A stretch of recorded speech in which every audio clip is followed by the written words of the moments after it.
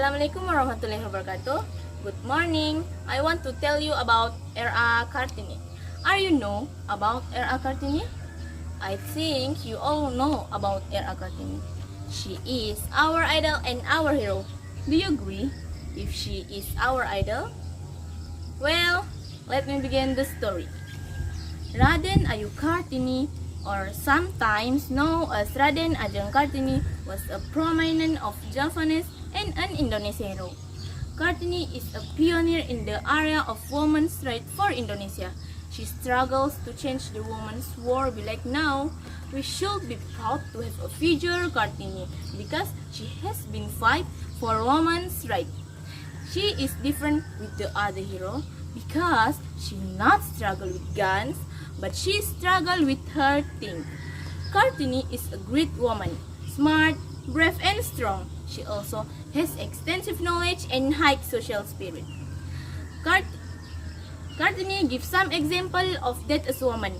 We are also entitled to the same right as men, but Kartini not give us an example of insubordinated. Kartini was born into aristocratic Javanese family when Java was the part of the Dutch colony of Dutch East Indies. Kartini's father, Sosroningrat, became a regency chief of Jopara.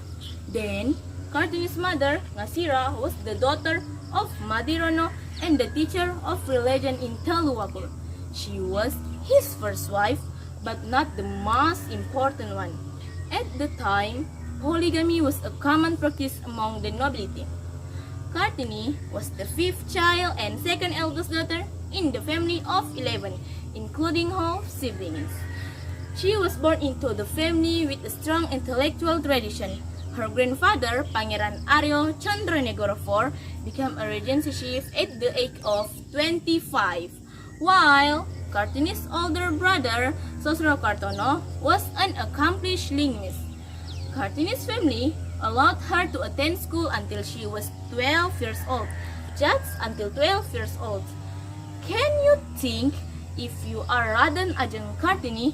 Here, among other subjects, she learned to speak Dutch, an unusual accomplishment for Javanese women at that time. After she turned 12 years old, she was secluded at home, a common practice among Javanese nobility to prepare the young girl for her marriage. During her seclusion, Kartini was continue her educate herself on her own, just by herself. Because she could speak Dutch, she had several pen friends. A girl named Rosa Abenden became her close friends. Books, newspaper, European magazine fed Kartini interest in European feminist thinking. But we need to underline that Kartini just imitated the way they think and not their style.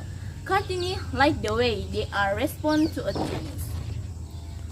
After she gave birth a son, a few days later, on 17 September 1904, Kartini died at the age of 25 years old.